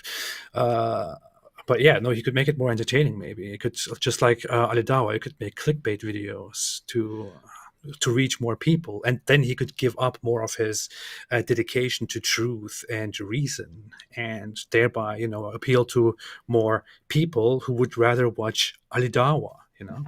He should be doing this. And that is an issue. Look at Damon here said, this guy's on social media making a video about how bad social media is.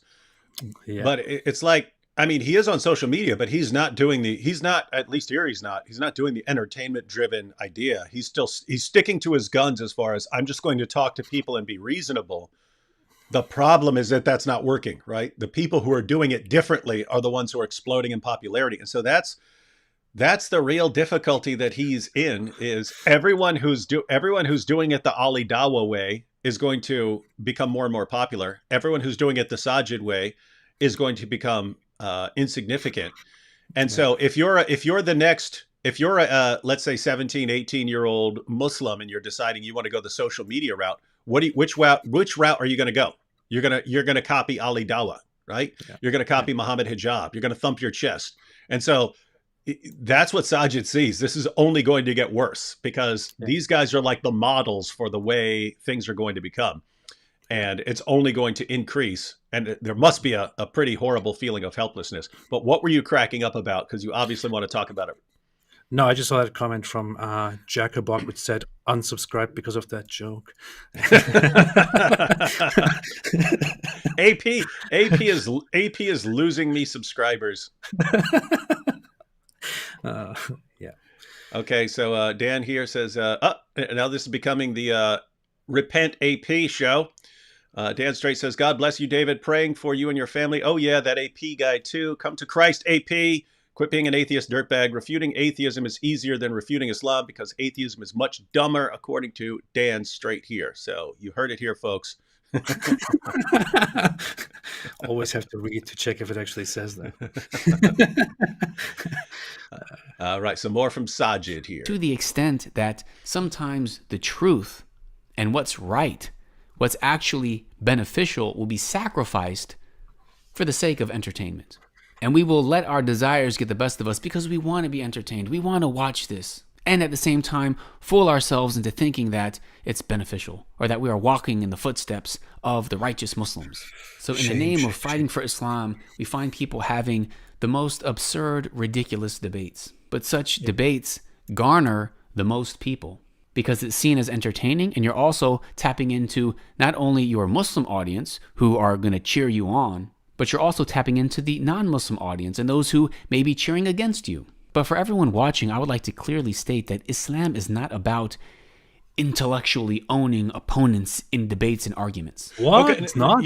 Now he's onto a related topic of, like, you do have, it's this trend for a long time of, you're humiliated, we've humiliated you, and so on. And that's like what, but notice that's another example of just what's popular. If you post a clip of you owning someone and, hey, AP destroyed with these grapes and so on, then people click on that. So it is this weird changing world where you have to be talking about really weird stuff. You have to be talking about really sensitive issues. You have to be entertaining people the entire time. And that's what's going to, and you have to be like owning and humiliating everyone. And that's what's going to make you popular. And if you're just a calm, reasonable person trying to present your views, yeah, you're not acting like an idiot, but the other guys are the ones who are growing rapidly in their impact. And so, gosh, this is a rough spot to be in. Keep in mind, everyone. I mean, he's talking about from an Islamic perspective right now. Everyone's got to deal with this. Everyone, atheists, Christians, Hindus, everyone's got to deal with the same issue. Namely, as we're adapting to social media, people's attention span decreases. Their inclination to click away from things very quickly, that increases. So their ability to be sidetracked and distracted very easily, that increases. And therefore, in order to hold people's attention, you have to be dialing up things like theatrics and entertainment and so on. You have to do that. And so it means that there's like this arms race of who's going to be talking about the most disturbing things in the most hilarious way possible. Yeah. And it's just, we live in a society. Yeah. Yep. And AP loves this because that's basically all he does is entertain people with no content. Yeah. That's what I did. With no actual content. All right. Yeah. Let's see where he's going. Islam is not about being as contrarian and unlikable as humanly possible. In the this is a clear reference to Daniel Kikic. Yeah. Yeah. And notice he does seem to zero in on the important points. But whenever you have these sort of group dynamics where it's one group versus another group, you could see this in politics. You can have two political parties who try to work together, but if they get to a point where they really, really hate each other, then the people within each, let's say, political party, could be any groups that are set against each other, religious groups, whatever. But you have two political parties and they come to view each other as enemies and not people who are all sharing the same society and should be working together.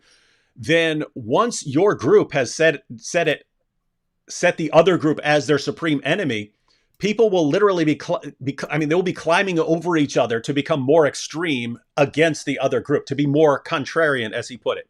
And so you will tend to elect people who are owning the other side more, and whoever is most revolting to the other side, that becomes your guy.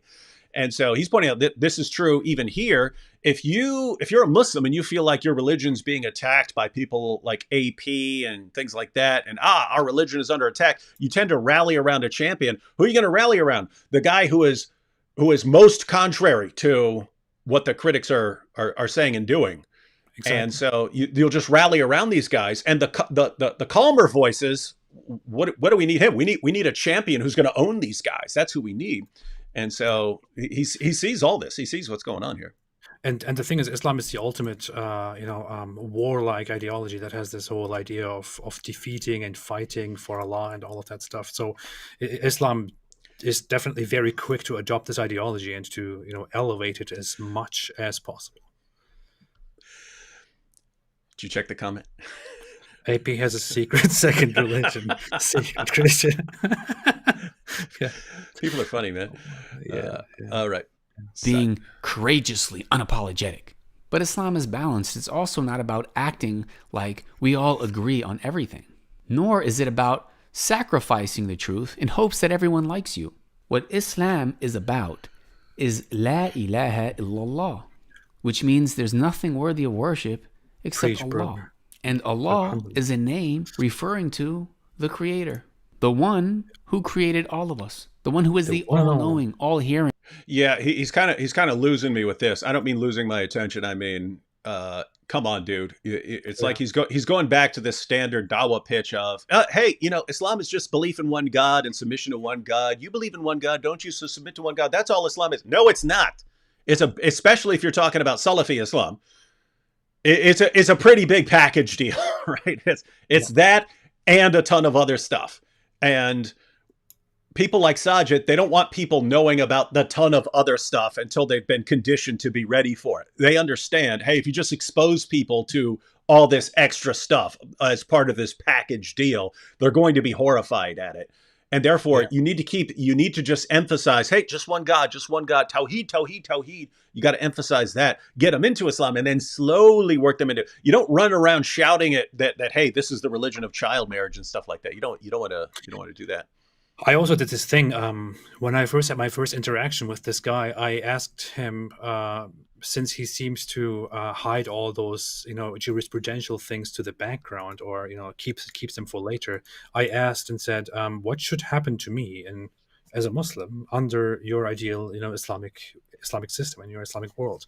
And he didn't respond to it. He basically responded to it by, well, this is not something that we should be talking about anyway, because this would be up to the to the rulers and the scholars of jurisprudence and all of that. So what he does here is he clearly knows what I'm talking about, but he unlike Muhammad Hijab and Ali Dawah and Daniel Kikiju and all of these other idiots, he doesn't want to directly say what he actually thinks. He wants to keep it quiet, leave the hidden, disturbing, barbaric part to another time, while right now just preaching nicely to all the others, except you, who is going to be executed later. Yeah. So, I mean, he's right though, right? Like it would be wiser to keep your mouth shut about all that stuff and not tell people about it, right? Like in other words, if the Dawah guys could all be on the same page, it should be, hey guys, let's keep all this stuff a secret until later. Let's just focus on oneness and converting people to Islam and stuff. Let's focus on that. Introduce the stuff later. And so, yeah, from his perspective, it's like you guys are ruining everything by bringing this out into the open when that's the stuff we're supposed to keep secret until later. Yeah. You idiots. What's wrong with you? You know what the problem is? We've got all these LHDs going around. Low Hikmah Dawagandists. He should use that term. He should call these guys LHDs, low hikmah dawagandists. And the goal of people should be to be HHDs, high hikmah dawagandists. You call them double HDs. The goal should be to be double HDs, the high hikmah dawagandists. That's what you want to be. Or it could be a spin on Andrew Tate's high value man and low value man, where it's like high hikmah man and low hikmah man. Hey, you know, it's funny because I was mentioning that I think it's clear. I'd have to put the actual clips together, but I thought it was clear that Ali Dawah and Muhammad Hijab and so on, they're getting this from Andrew Tate, not the idea. I mean, the idea of secret second wives and so on, that's in their beliefs. But the idea that you could just sit women down and tell them, hey, if you want a high value man like me, you got to look the other way when I cheat. Right? He was doing that just from the perspective of clubbing. Hey, if I'm paying all the bills and you get to live in my giant house and ride around in my Bugatti, then keep your mouth shut if I'm cheating on you, or I'll replace you with someone who doesn't care and is fine with it and is happy riding the Bugatti and doesn't care if I'm cheating on the side, right? And so so these guys are doing the exact same thing. But it's very interesting because Tate in that context was saying, hey, if you want a high value man. And then in that Ali Dawah video, Muhammad Hijab refers to so you want to talk about losers here. We got a high value man, but he's talking about it in the same way, a high value man. You've got from their perspective, it's high value Muslim. Look, we're out doing the Dawah. We deserve our extra women, and you should be fine with it. these people are such wild stuff, man. Smooth brain. These are fun times to be in. All right, let's see what he's got here. The one that has the most perfect attributes. He is completely unique and he is one. And what we try to do as Muslims is submit to and follow the guidance, the revelation that he sent us. All right, you got a problem? Surah 4, verse 65, we've been through this a million times. Our job is to submit to him. But Allah says, Surah 4, verse 65, you can only submit to him by obeying everything Muhammad decides. Yeah. And that's when you go to the hadith. And that's when you get the stuff about child marriage and all this other stuff. Secret second. Yeah, that's the other part. Surah 33, verse 21 says, Muhammad is your pattern of conduct. Guess what? Muhammad was messing around with his slave girl, Mary the Copt, in his wife Hafsa's bed, trying to keep it a secret. Then he wants Hafsa to cover it up. Then she doesn't. Then he swears an oath that he won't do it anymore. Then he breaks that oath and says Allah told him to break the oath. He gets revelations in the Quran about this. That's your pattern of conduct. So, sorry. So now you're just proving that Muhammad was a high value man. And super high value. It was based. Yeah. Hey, we should make a movie about Muhammad where he's like Andrew Tate. You know what I mean? Like, just bragging about how super high value he is. He's like the most high value dude of all time. Yeah. And instead of having a Bugatti, he has a Burak, the horse. You know? He's got a Cadillac. What color is your camel? Yeah, what color is your Cadillac? Yeah. And a very important aspect of that guidance is having the best character.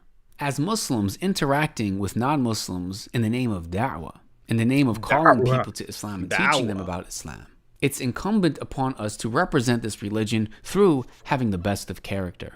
And we should relay the reality of what Islam... best of character according to Westerners, or best of character according to Muhammad, your pattern of conduct? Because living up to that pattern is pretty different than Mohammed, by his standards, by Mohammed's standards, best of character.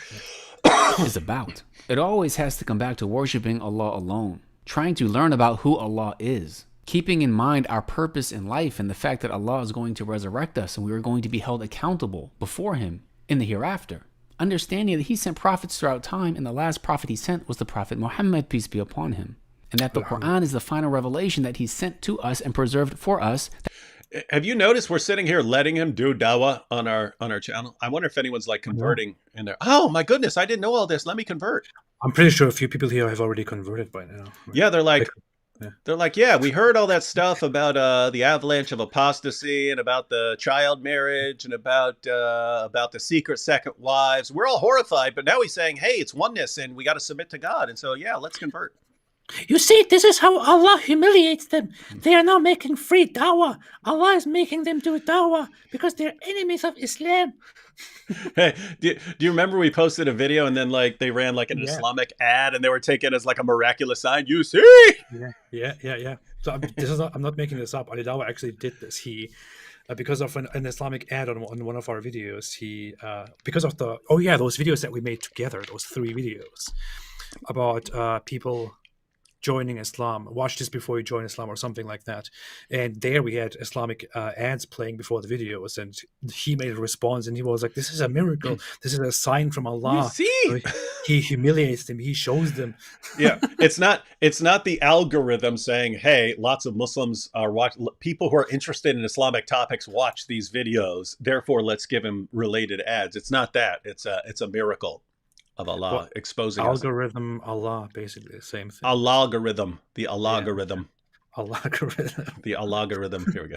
He may be guided by the Allahu Akbar algorithm. These are the types of things that we Muslims should be inviting to and teaching. And once the true message of Islam has been conveyed, it's up to you to accept it or reject it.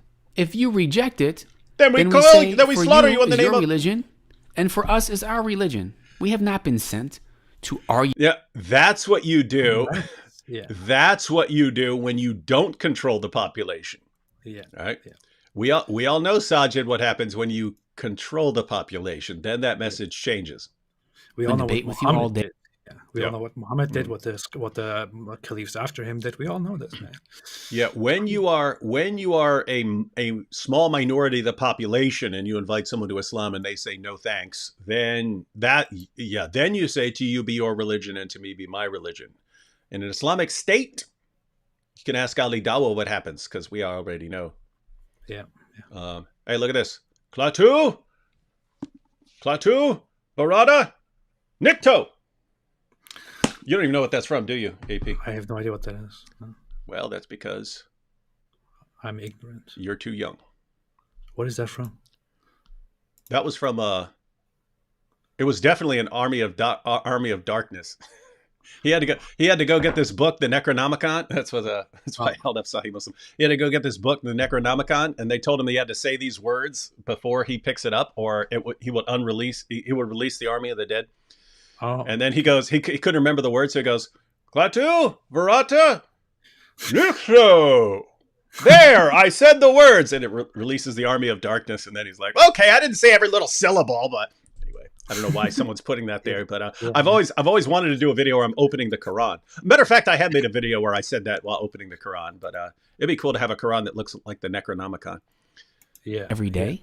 But unfortunately, for quite some time now, this is what we find. And we find even amongst ourselves, Muslims debating each other for the sake of entertainment. That's Men true. and women sitting together, casually discussing topics that are really not a priority. Oh, wait a minute. Relevant to the vast. What's that?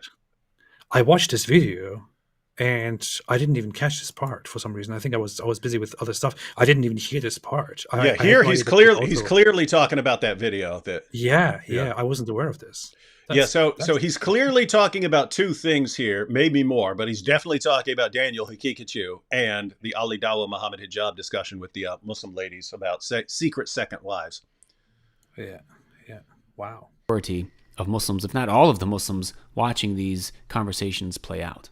So to summarize and conclude this video, I would firstly encourage anyone who is sincerely looking for truth to ask the Creator to guide you. Because at the end of the day, nothing I say, nothing that anyone says in a debate, in a video, in an argument is ultimately going to guide you. It's the Creator who's going to guide you. And I'd also say, just keep in mind that these entertainers online are just that. They're entertainers. They're not the type of people who are necessarily really going to tell you about what Islam actually is. They're not. I mean, keep in mind, beautiful. He's being pretty brutal there. He's saying that Daniel Hakikachu, Muhammad hijab, Ali Dawa, these guys are just entertainers. He's saying these aren't the guys who are going to lead people to the truth. These are entertainers. These are internet. I actually heard somebody else say that same thing before in a video response to Ali Dawa. There is this guy, this kind of extremist preacher type who is on YouTube, who doesn't have as many viewers, but he made a response to Ali Dawa. Somebody asked him about Ali Dawa, and he said something like, Ali Dawa, claims to make Dawa videos, but is it really Dawa? His videos consist of reacting to things, doing shenanigans, laughing, clickbaity like stuff. Yeah, just stuff that appeals to people who want to be entertained. He's not doing Dawa. This is not Dawa. He was saying it was pretty harsh, and Sajid is basically saying the same thing in a much nicer way.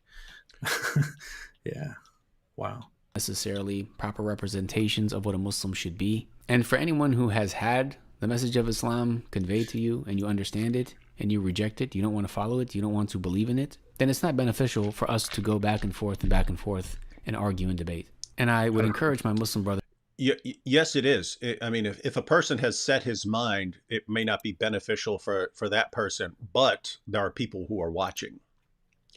When will be watching? There are people who are watching the discussion, Sajid. That's why you have the debates.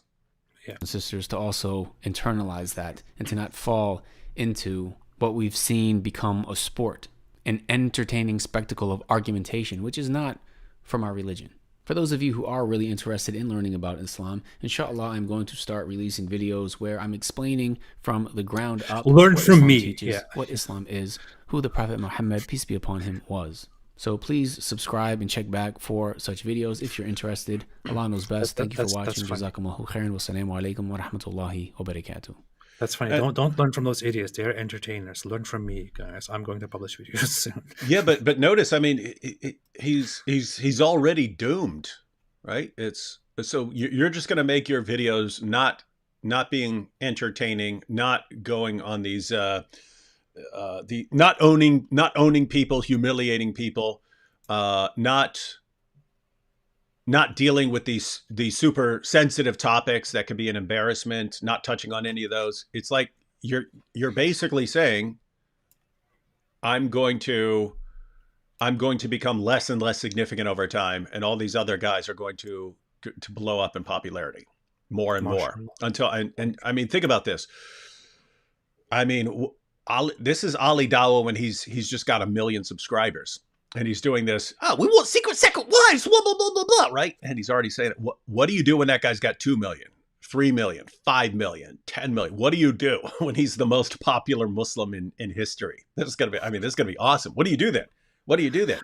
Do you keep complaining on YouTube? He's just an entertainer. Okay, he's got 50 million followers at some point in the future. What do you do about that? I don't see a way out for these guys. Yeah, you're right on that. That's the whole problem. He points out that accurately points out that those people are just entertainers and they're not actually doing the constructive right thing, but they are getting all the views because they are appealing to the population. You are not, and apparently the whole stuff is boring. Yeah. So I just wanted to put everything together into context for people who. What context? Who cares about context? What's context? I'm saying once you understand what's been going on from the perspective of history, it's hard to figure out where to go from here. So here it is, ladies and gentlemen. Here's the entire history. So Muhammad originally came out when he was in Mecca, and he's preaching, "Hey, everyone, just believe in one God. Let's get rid of these stupid idols and stuff like that. One God." He did not. He was not remarkably successful preaching that message. Right? There were some people who converted. Monotheism was making an impression in Arabia during the time because of Jews and Christians and so on, and it was opening people's mind to considering monotheism as a serious possibility. And then all of a sudden, hey, there's an Arab prophet claiming to get revelations supporting this stuff, and he's talking about Abraham and Moses and Jesus and everyone. And so he did win some converts, not a ton. It was later. It was later after he moved to Medina, formed some alliances. Then the message changed to, hey, if you join me and you go out and fight for me in battle, then there are two possibilities. Either you survive the battle, either we win the battle and you go home with rewards and war booty and taking these captives home to your tent, or you die in the battle and then you go to paradise and you spend eternity deflowering virgins. That's when Islam blew up, right? That's when you start getting these piles, mountains and mountains and mountains of converts. But notice, ladies and gentlemen, notice, because this is what Sajid can't get his mind around. Muhammad preaching oneness, Muhammad preaching Tawheed was not very popular. Muhammad preaching, let's go out and get all these women as our war booty, take everyone's stuff, and then spend eternity deflowering virgins, which seems to be more in line with the version of Islam being spread by Daniel Hakikachu and Muhammad Hijab and Ali Dawah and so on. That's what was extremely popular. In other words, once Muhammad became more of a wish-granting, desire-satisfying entertainer, that's when he exploded in popularity.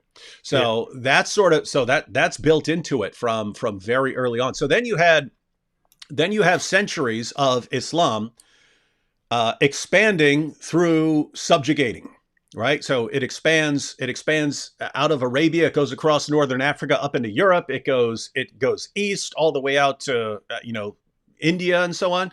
So Islam keeps expanding, and the way Islam was growing back then was about conquest.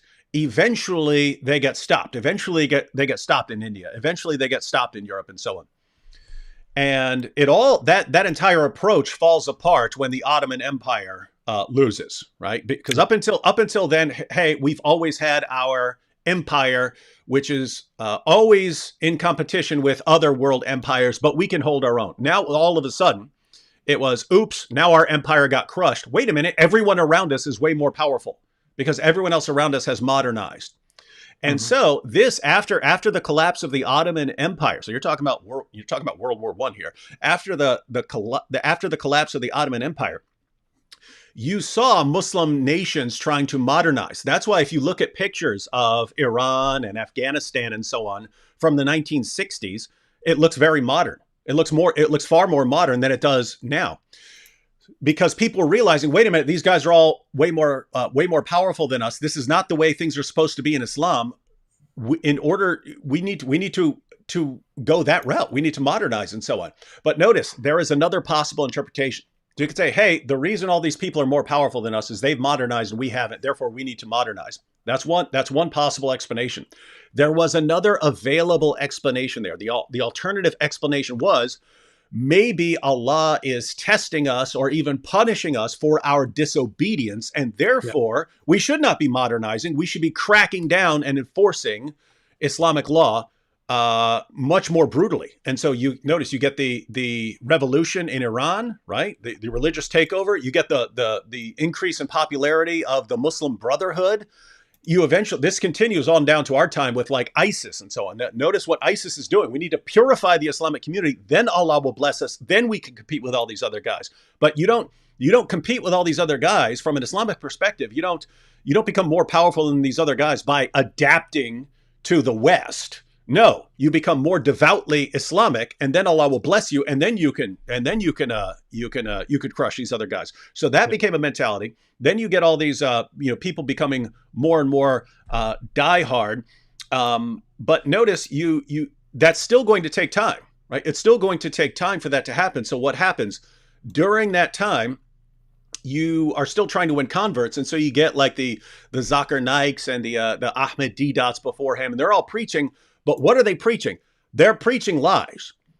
Ahmed Deedat, Zakir Naik, these popular da'is, they were preaching anything they could make up to defend Islam because they knew they were speaking in an atmosphere of ignorance. And their own followers don't care. Their own followers don't care if they're making things up as long as it's winning converts. So they go around sprouting complete nonsense. The Quran, there's only one Quran, perfectly preserved, right down to the letter. Total nonsense. Oh, there are all these scientific miracles in the Quran. Total nonsense. Everything they're preaching is total nonsense. I mean, these are the guys who are saying, oh, if you read the Bible closely, you'll see Jesus didn't die. And there are all these prophecies about Muhammad in there. Yeah, he's right there in Song of Solomon 5:16. It's like completely idiotic, insane stuff. But if you're talking to people who don't know any better, you'll always get a percentage of people who believe you, and so you're winning converts. So this keeps up for a while. Then of course you get 9/11 and so on, and now people are starting to look into Islam more. But people start looking into the arguments of people like Zakir Naik. All of a sudden, people get open access to Muslim sources. Now anyone can go and look up Sahih al-Bukhari and Sahih Muslim online and so on, and they start ripping these things to shreds, completely exposing all of these arguments and all of these claims that are being made by these people. All the arguments that have propped up Islam for the past couple decades are being exposed as lies. And then you even have Muslims admitting, okay, there are holes in the narrative. Yes, everything we've been told is about the perfect preservation of the Quran. It's actually nonsense and so on. And people are finding that out. And then, so what do you do? What do you do now that critics are catching on? Well, what they tried for a while was, we'll just call you an Islamophobe. Yeah, if Zakir Naik says something that's a complete lie and you show that he's a liar who's lying, then we'll call you an Islamophobe. You don't like that. And so that works for a while, calling everyone Islamophobes, threatening people, harassing people into silence. We'll kill you if you keep saying these things about Muhammad. And then you have the modern approaches, which is, find what makes Islam. It's all about finding a way to make Islam popular. And some of them are going in a route where if we could just get a famous person to convert, or if we can get on this famous person's podcast to present Islam to all that person's viewers, maybe we can grow like that.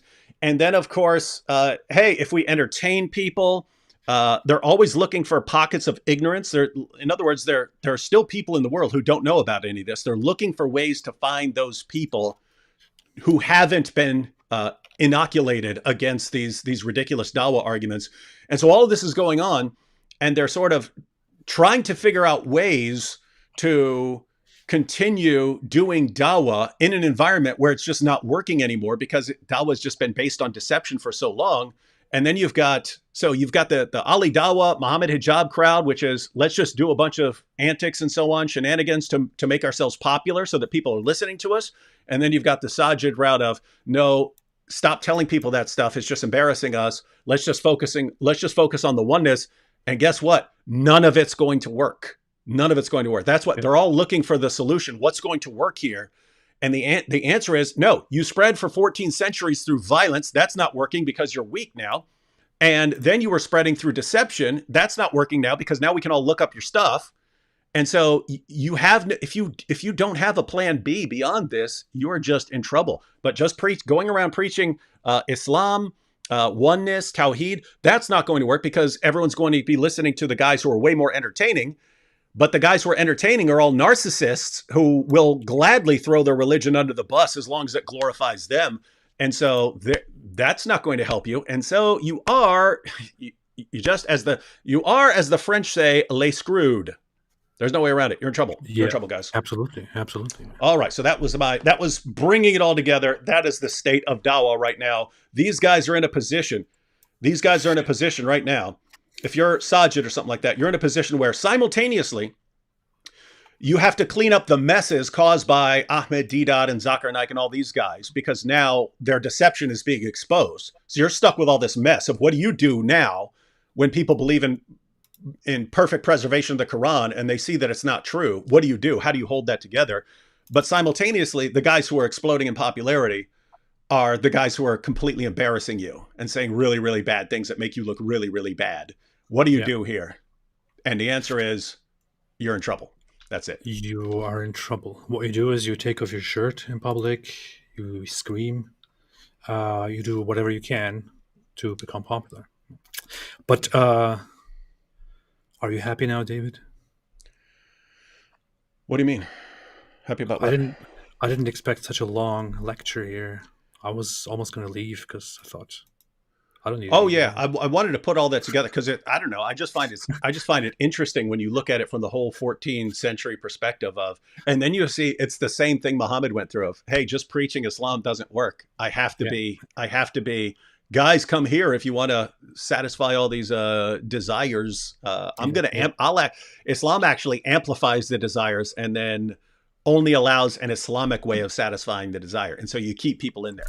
And of course it helps if you try to leave and they want to chop your head off. That's the best thing to do. Actually, it's the best thing you could resort to. Here's a question for you, AP. Before we. And pretty much that's what I wanted to cover. We got through the Sajid video. But here you have Nathan Clark. He says, real question here. How does one help a Muslim see the issue with the cognitive dissonance involved in the Muslim idea of how one gets to paradise? How does one help a Muslim see the issue with the cognitive dissonance involved in the Muslim idea of how... For some reason, I'm not getting this right now. Real question here. How does one help a Muslim see the issue with the cognitive dissonance involved in the Muslim idea of how one gets to paradise? Which cognitive dissonance? I guess when they're saying, okay, this is how you get to paradise in Islam. Okay, but and there are all kinds of problems with it, but you never see the problems. You know what I mean? Yeah, but I think that's what he's mean. Like, how do you get these guys to see it? Like what they're doing? Like, so for example, just fixating on things that somehow agree with them and ignoring everything that refutes them. I mean, you could just continue trying. I don't know. I was kind of looking for just to see a conflict of ideas that cannot be reconciled with each other, and how to make Muslims see that. But this is a very, very, very vague question. I mean, it seems like what you just said is pretty much the same thing I would say. You just have to you have to keep at it, right? And understand that this can take years. If someone has been raised for years to believe something and you're saying, no, that's wrong, just showing, hey, here's one problem for you, probably not going to do it. Showing 3 or 4 problems, that might not do it. You might have to show 20 or 30 problems before it eventually clicks, right? Yeah. You have to destroy them and humiliate them. You have to crush them. You have to own them. Yeah. And you have to say need a second. And you need a second wife. Yeah, second wife. You see, grapes. It's all grapes. Great babe. Here we have you guys heard of the work of Ahmed al-Jalad? He studied pre-Islamic rock inscriptions and found that they were completely monotheistic long before Muhammad was born. Nope, not familiar with that. Never heard of it. You did have other monotheistic groups, like we're of course familiar with the Jews and Christians, but even the Sabians. The Sabians recited a version of the Shahada. They recited La ilaha illallah. Muhammad just came on and tacked on, and Muhammad is his messenger. There were also probably remnants of different religions which later on went extinct. The thing is, right now it looks like we can look back and think of certain religions. There is this religious group, and that the environment wasn't like that in the 7th century, and especially not in a place like Arabia.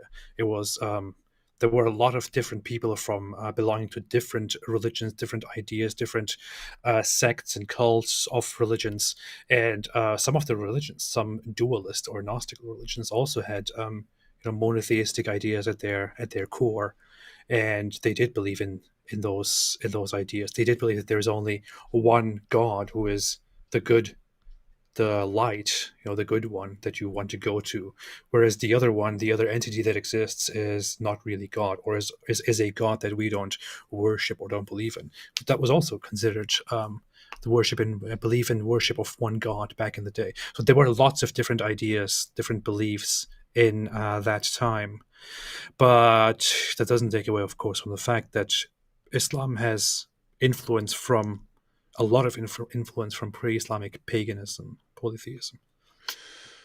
It certainly does. Yeah, and I've described it as, it's just like you take everything that was around Muhammad in 7th century Arabia and you roll it all up into a ball, you get Islam. So you take the monotheism from the various groups that were teaching that. You take some of the stories, both heretical and orthodox, from the Jews. You take some of the stories, both heretical and orthodox, from the Christians. You take a view of some of the Persians and so on had this view of houris and paradise and so on. Of course the pagan practices, the kissing the black stone, the walking circles around the Kaaba and so on. You just take all of it and roll it up into a ball, you get Islam. In other words, Islam looks exactly like the sort of religion that would arise in 7th century Arabia. Yeah, Zoroastrianism is very the Iranian religion back then. Islam probably took a lot of influence from that as well, because Zoroastrianism was actually very very influential and impactful at that time. Right now it doesn't matter anymore because it was basically destroyed by Islam, but Zoroastrianism probably gave Islam a lot of ideas. Mm-hmm. And similarly, a religion that was probably not as popular, as widespread back then, was Manichaeism, which probably also in bits survived among people and led to different ideas also related to Jesus, for example, because Manichaeans also had certain Christian beliefs, but they were not Christians. They were a separate dualist religion. What's very interesting, by the way, is there is a group there's a religion called Mandaism, and those people are thought to be the Sabians or descendants or related to them. What happened is that when Muslims were conquering in the Middle East, they came across this specific religious group when they were very small in number, and that religious group claimed to be the Sabians in the Quran, and they had a book which they presented and said, "We are people of the book. Please don't, annihilate us." So they were allowed to live in Islamic lands, but that is also another religious group that existed back then. Yeah. All right. Well, that's what I wanted to cover. God Logic Apologetics just jumped in and said, "What I miss, you missed it all, God Logic. And now you are going to be completely insignificant for the rest of your apologetics career because you missed this." Hey, God Logic, we should do. You should jump on live with us one day. Sure, you've got some stuff to talk about with your interactions. All right, everyone. So that was to bring everyone up to date on the current state of the Dawa wars. They are stuck in a really, really bad position of having to clean up the messes of the past, which is basically 14 centuries of violence, which people are still concerned about. And then all of the propping Islam up through lies that you got from Ahmed Deedat and Zakir Naik, and then the ongoing messes created by the entertainment-driven Dawa community, and then poor people like Sajid who just want to take over the world for Islam, but can't do it because they're constantly being thwarted. That's a situation. And now Muslims around the world, because keep in mind, guys, you have plenty of Muslims out there who are just living normal lives and people who'd be, great neighbors and so on. They're looking at all of this and it's like, what do we do here? What do we do when these are the guys who are the public faces of our religion? And they're in a pretty difficult spot. And I'm a tactical genius, and I, for the life of me, cannot figure out any way out of this for them. Yeah. I want to add two things actually that are going on right now, just very briefly to reference them. We will actually talk about one of those issues on my next live stream next weekend. One of those issues is there is a Muslim woman who recently had a debate with Daniel Kikachu, and whom Daniel Kikachu attacked very brutally. Her name is Safia Sabrina or something like that. She just made a live stream in which she exposed. She went on on Andrew Tate's website and basically pretended to be applying for their PhD pimp course and their own. Yeah, it's called the pimping hose doctorate, PhD, pimping hose doctorate. Yeah, pimping hose degree, something like that. Whatever it is. Yeah.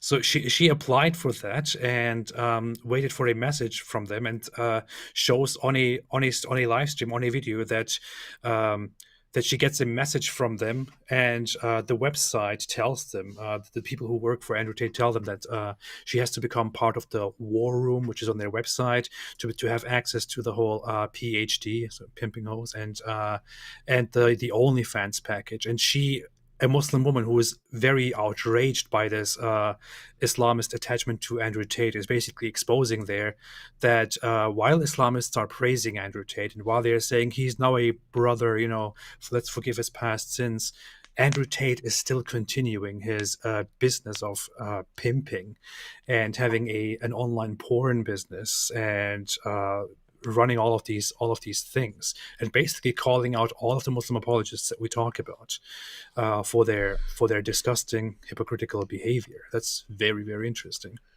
And it's funny because like these guys are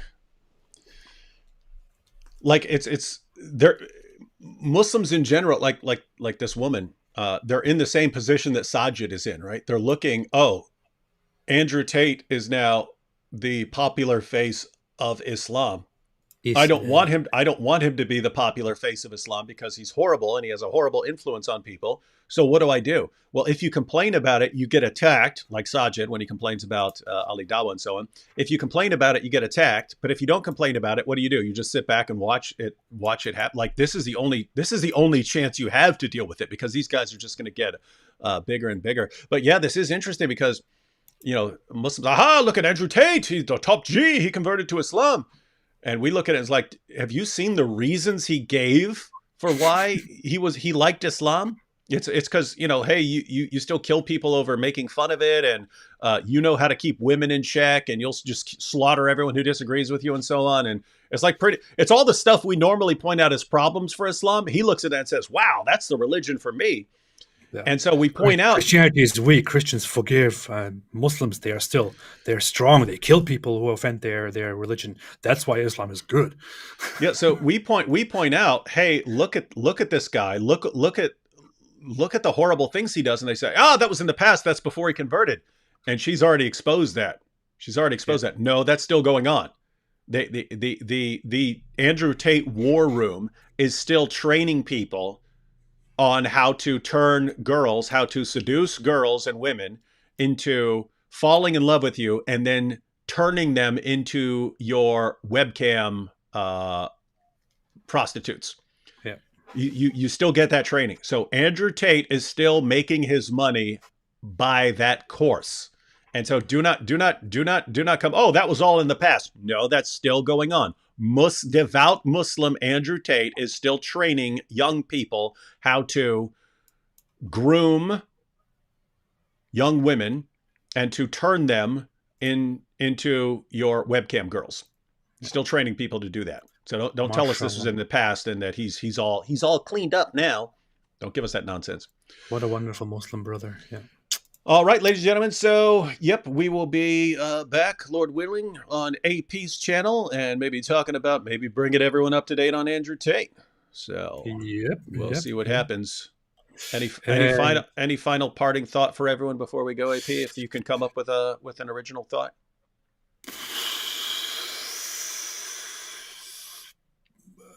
We live in a society. No, thanks, and stay away from Andrew Tate. And you heard it here, folks. AP is a prophet, so he knows. And stay away from Islam.